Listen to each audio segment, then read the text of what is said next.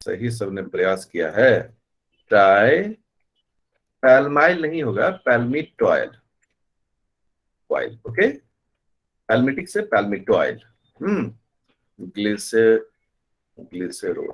अब सोचो आप सभी विद्यार्थी, अगर हम ये छोटे छोटे बेसिक चीजों को नहीं सीखें तो क्या हम बायो मेम्ब्रेन पर कमांड कर सकते हैं टॉपिक पर? मेरे विचार से कभी नहीं कर सकते हैं। इसलिए जब हम लोग को क्या पढ़ाया गया बायो मेम्ब्रेन में, आप सोचें, हम लोग को मॉडल्स पढ़ाए गए, sandwich model, fluid mosaic model, micellar models, unit membrane concept, lipid bilayer models. हम लोग मॉडल ही समझते रह गए, हमें उसका केमिस्ट्री सीखने का मौका ही नहीं दिया गया, है ना। और हमारा कहना है कि नहीं भाई, हमें तो मेम्ब्रेन को पहले उसको केमिस्ट्री को सीखना है, ताकि वो ज्यादा से ज्यादा हमारे नॉलेज के डेप्थ को बढ़ाए।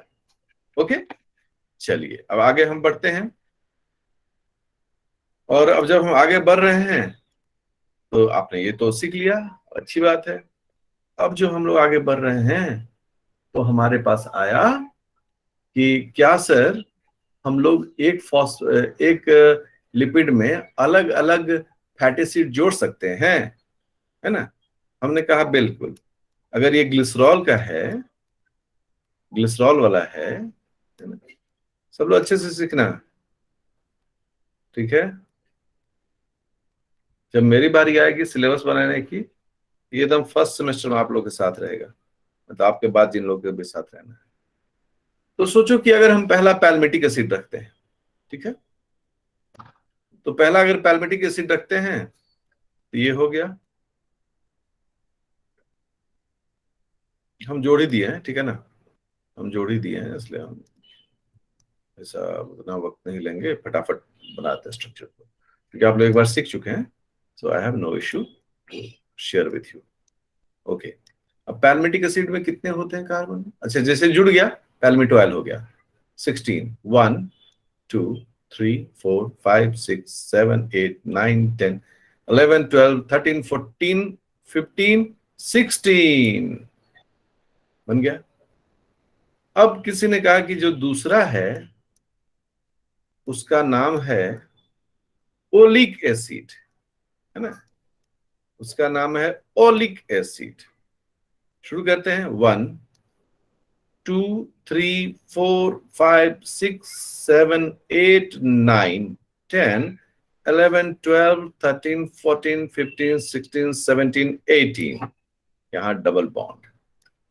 अब आपके मन में बहुत बड़ा सवाल उत्पन्न हो रहा होना चाहिए, क्या सर एक ही ग्लिसरॉल में अलग अलग फैटी एसिड हो सकते हैं? हमारा आंसर है यस, हो सकते हैं, ठीक है। बस हम दो यहीं पर एक दो समझा दे रहे हैं, अब यहां पर कुछ भी रहे, मतलब कि एकदम स्पष्ट है कि फैटी एसिड जो जुड़ेंगे फैटी अल्कोहल से, वह सिमिलर भी हो सकते हैं और डिफरेंट भी हो सकते हैं, है कि नहीं। तो ये तो अच्छी बात है, इसको तो हम लोग को सीखना चाहिए। अब शाहीन कौशल अपने माइक्रोफोन को कर लें ऑन। Yes sir. हाँ शाहीन, क्या यस सर। किसी भी फैट में फैटी एसिड्स अलग हो सकते हैं? Yes sir. तो सिमिलर हो फैट में सकते हैं। Fatty acid. किसी भी फैट में, फैट जो होता है वो फैटी अल्कोहल और फैटी एसिड से बना होता है, ठीक है। तो क्या यह संभव है कि सिमिलर भी हो और डिफरेंट भी हो? No sir. यस सर, हाँ सर, अभी तो आपने कहा कि सिमिलर भी हो सकता है और डिफरेंट भी हो सकता है, ठीक है। इसलिए मैंने आपसे सोचा एक बार बात कर लूं, फिर मैं वापस टॉपिक पर आता हूं। और अब देखो, आप सब लोग खूब बढ़िया से सीखने की कोशिश करिए, कहीं कोई कंफ्यूजन हो, ठीक है। मेरे पढ़ाए हुए विद्यार्थी बहुत नेट जेआरएफ क्वालिफाई करते हैं, क्यों?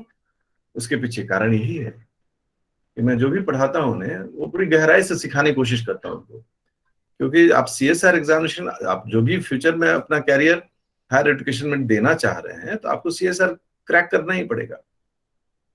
तो आपको अपने कब तैयारी करोगे? हमारी हमेशा बीमारी रही है कि हम पहले 12th करते हैं फिर आईआईटी मेडिकल की तैयारी करते हैं, हम ग्रेजुएशन करते हैं तब यूपीएससी और जेपीएससी की तैयारी करते हैं। हम पीजी करते हैं तब नेट जेआरएफ की तैयारी करते हैं, तब कुछ और की तैयारी करते हैं। हमारा कहना है कि भाई क्यों अलग से तैयारी करें, जब हमें इसी सब्जेक्ट में जेआरएफ देना है तो अभी से ही उसकी तैयारी करें। अभी से हमारे पास 2 साल समय है, खूब जमकर मेहनत करें, खूब गहराई से उस चीजों को पढ़ें, आनंद सर ने जो बुक रिकमेंड किया उससे पढ़ें, है ना। तो इसलिए मैं बता रहा हूं कि दोनों डिफरेंट है। अब जो मैं कह रहा हूं कि सबके मन में एक बड़ा सा सवाल उत्पन्न हो गया होगा, और वो क्या होगा कि सर अलग कब होगा, अलग अलग कब, और कब एक जैसा, और कब एक जैसा। जो विद्यार्थी इसको सीख लेगा वो सेल मेम्ब्रेन के काम करने के तरीके को सीखेगा कि सर ये जो ओलिक एसिड है इसमें तो 18 कार्बन है, सर ये जो पैल्मेटिक एसिड है इसमें तो 16 कार्बन है। सर क्या इन दोनों कार्बन कॉन्ट से सेल मेम्ब्रेन के बिहेवियर पर असर पड़ेगा? पहला सवाल। दूसरा सवाल, सर ये सैचुरेटेड फैटी एसिड है, ये अनसैचुरेटेड फैटी एसिड है, क्या सर इससे सेल मेम्ब्रेन के कैरेक्टरिस्टिक या फंक्शनल बिहेवियर पर असर पड़ेगा? तो एक ही उत्तर है, एक अक्षर का उत्तर है, एक शब्द का उत्तर है, हाँ। ठीक है, 3 शब्द को जोड़ देंगे तो बोलेंगे हाँ भाई हाँ। इसके बिहेवियर, कैरेक्टरिस्टिक, कंपोजिशंस के आधार पर चेंज करता है। अब अगर यही हमारे समझ के कटोरी से बाहर रहे मुन्ना, तो हम लोग तो रट्टूमल हो जाएंगे, हम लोग तो रटते अपनी जिंदगी बिता देंगे और मामला फंस जाएगा। बाद में लगेगा कि जूलॉजी पढ़ने से क्या फायदा, उससे तो बढ़िया है कि कोई बैंकिंग, रेलवे, एसएससी की तैयारी करे। वहां क्यों दिखता है ना, वहां दिखता है कि रीजनिंग बनाएंगे, इंग्लिश बनाएंगे, मैथमेटिक्स बनाएंगे तो क्लर्क बन जाएंगे, पीओ बन जाएंगे, रेलवे में चल जाएंगे। वहां स्टूडेंट को डायरेक्ट दिख रहा होता है, यहाँ तो उसको पता ही नहीं रहता जो पढ़ रहा है, बेचारा चक्कर घिन्नी खाया रहता है। खैर चलो, अभी मैं मौका दे रहा हूं, 30 सेकेंड है आपके पास, कोई सवाल पूछना है तो पूछिए, तब तक मैं आगे की तैयारी करता हूं।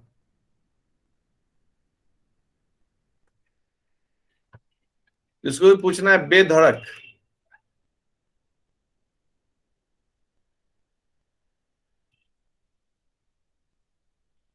बेधड़क पूछ लो।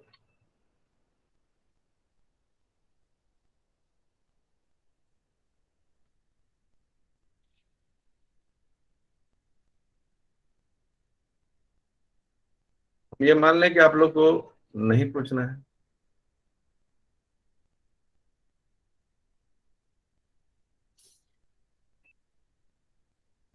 सर अलग हाँ, सर अलग अलग फैटी एसिड रहेगा तो उसका नाम कैसे होगा? हाँ देखो ये तो मैंने छोड़ दिया था, मैं सोचा कोई तो पूछेगा, नहीं पूछेगा तो फिर आगे डिस्कस करेंगे। ठीक है, चलो पहला सवाल। दूसरा किसने एक आवाज कहा था और एक आवाज और थी? सर ट्रांसफॉर्म जो होता है सर कैंसरस कैसे होता है? देखो ट्रांसफॉर्म, आपने क्या कहा कि हमारा मेम्ब्रेन जो है वो किस तरह के फैटी एसिड से बना हुआ है? सिस की ट्रांस? बोले दीपिका। सिस से। अगर वहां ट्रांस आ जाए तो क्या वो मेम्ब्रेन सही प्रकार से काम कर पाएगा? समझ गए ना, ले मैन लैंग्वेज हम समझा दिए। यस सिस फैटी एसिड की जगह पर अगर ट्रांस फैटी एसिड आ जाएगा तो पूरा मेम्ब्रेन का कंपोजिशन खराब हो जाएगा। मेम्ब्रेन का जो कॉन्टैक्ट फैक्टर होता है, कैंसरस सेल्स की तरह जो बिहेवियर करने से रोकता है, उन तमाम चीजों में गुणात्मक परिवर्तन आता है। ठीक है, अब मैंने आपका इंटरेस्ट पैदा कर लिया तो आप गूगल पर सर्च करेंगे how trans fatty acid cause cancer, है ना। क्योंकि अभी वो टॉपिक तो यहां बताना नहीं है मुझे, जिज्ञासा तो पैदा मैंने कर दिया आपको। अब आप क्या करेंगे, उसको ढूंढेंगे। चलिए बढ़िया, इसी तरह से सवाल पूछा करो आप। मैं हमेशा हमेशा बताता हूं कि हर विद्यार्थी यूनिक होता है, हर विद्यार्थी तेज और तर्रार होता है। ये मार्किंग सिस्टम उसके प्रतिभा को कैलकुलेट नहीं कर सकता है।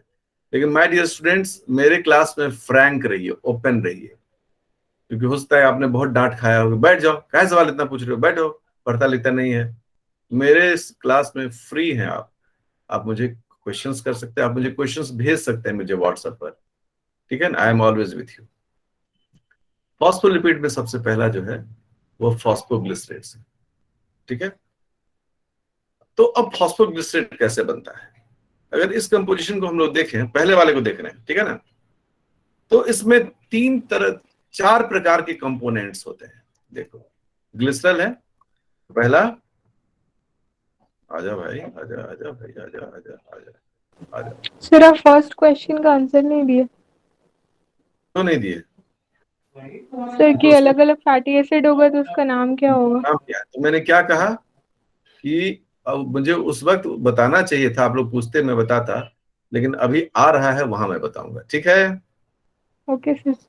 अभी आ रहा है जी, आ रहा है। वो जाएगा कहाँ, कहाँ जाओगे बाबू? बहुत बढ़िया।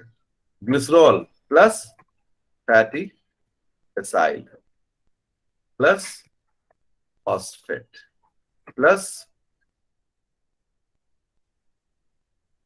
अल्कोहलिक अल्कोहल को, देखो इन चीजों से मिलकर बना है क्या हमारा phospholipid. Okay, glycerol plus fatty acid. अब फैटी एसाइड्स भी कितने हैं? दो फैटी एसाइड्स। अरे रे, वहां कहां चला गया जी, इधर आ जाओ। दो फैटी एसाइड्स, तो ग्लिसरॉल के साथ दो फैटी एसाइड है, फॉस्फेट है और अल्कोहल है। फॉस्फेट के बारे में हम सब जानते हैं कि न्यूट्रल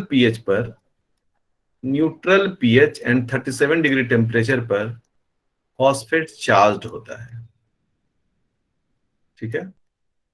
3 ऑक्सीजन पर जो है नेगेटिव चार्ज होता है, इसलिए इसको हम लोग शॉर्टकट में क्या कहते हैं, PO4। ऑक्सीजन कितने हैं? 4 है, और नेगेटिव चार्ज कितने हैं? 3 है, 3-, ठीक है। इस तरह से फॉस्फेट को लिखते हैं। कब? जब पीएच न्यूट्रल हो, है ना। सेल का पीएच तो 6.8 टू 7.4 होता है, 7.2 होता है, हम इसको 7 मान के चलते हैं, ठीक है ना, 7 है। तो इस प्रकार से अगर ये एसिडिक हो जाएगा तो फॉस्फोरिक एसिड हो जाएगा, और सब में प्रोटॉन जुड़ जाएगा, और इसका फॉर्मूला हो जाएगा H3PO4। ये फॉस्फेट हो गया। अब यहाँ जो अल्कोहल की बात हो रही है, ये अल्कोहल कौन है? कौन है ये अल्कोहल? तो जो फॉस्फोलिपिड में अल्कोहल यूज होते हैं, आप सब ने पढ़ा होगा उनका नाम, मैं आपके साथ शेयर कर रहा हूं उनका नाम, ठीक है ना। सबसे पहला जो नाम है, फर्स्ट नंबर 1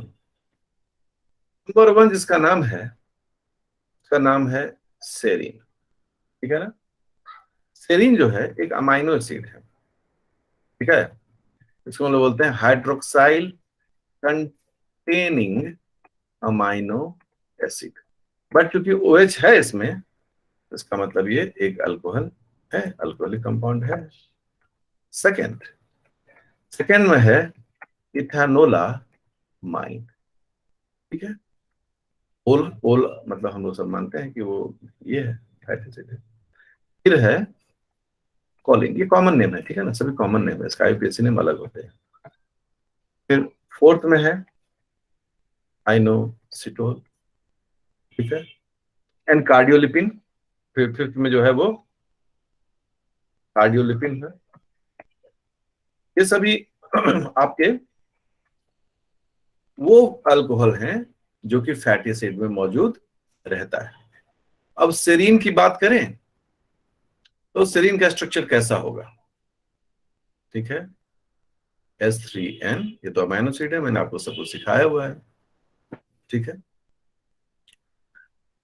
और CH2 और ये हो गया OH, ठीक है, 1 डिग्री अल्कोहल है। और यहां हो गया COO-, ओके। सारे न्यूट्रल पीएच पर चार्ज होता है। तो इस प्रकार से इस स्ट्रक्चर को हम लोग क्या बोलते हैं, सेरीन, करेक्ट।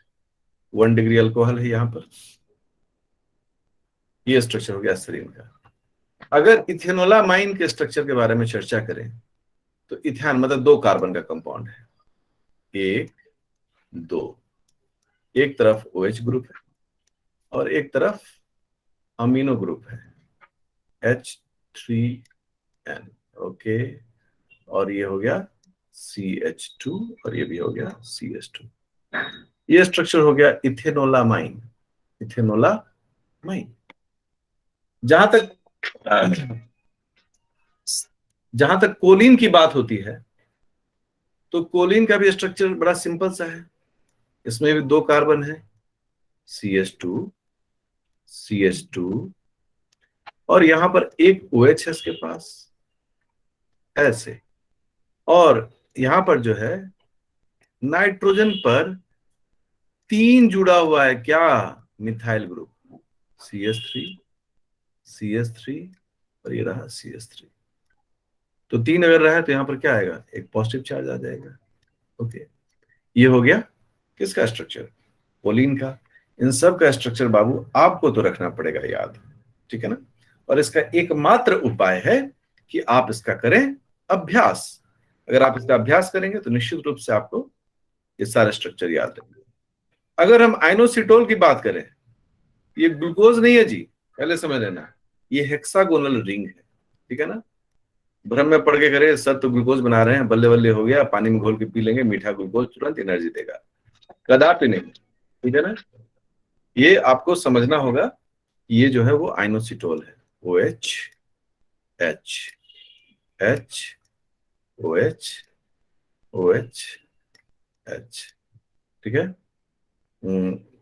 OH H, ठीक है, सब ग्रुप पर OH H है। देखो क्वांटिक हम यहां शुरू करते हैं, 1 2 3 4 5 एंड 6, ये जो है आइनोसिटोल का है। अब आप इन सब स्ट्रक्चर को देखें, जितने OH ग्रुप उतने हाथ, जितने हाथ उतना साथ, ठीक है, ये सारे हाथ हैं। ये हाथ नहीं फांसी का फंदा है, ठाकुर ने गब्बर सिंह से कहा। ये सारे OH है, मैं इस तरह से इंटरेस्टिंग उसको बनाता हूं, ठीक है। यहां पर एक हाथ है, इसके पास भी एक ही हाथ है, और इसके पास भी एक ही हाथ है, ठीक है। तो इस प्रकार से आप देखें कि कुछ कार्डियल पिन के बारे में आगे बताएंगे, क्योंकि दूसरा क्लास आपका वेट हो रहा होगा। तो इस प्रकार से ये जानकारी आपको रखना चाहिए। अब 30 सेकंड का समय है, जल्दी से सवाल पूछिए।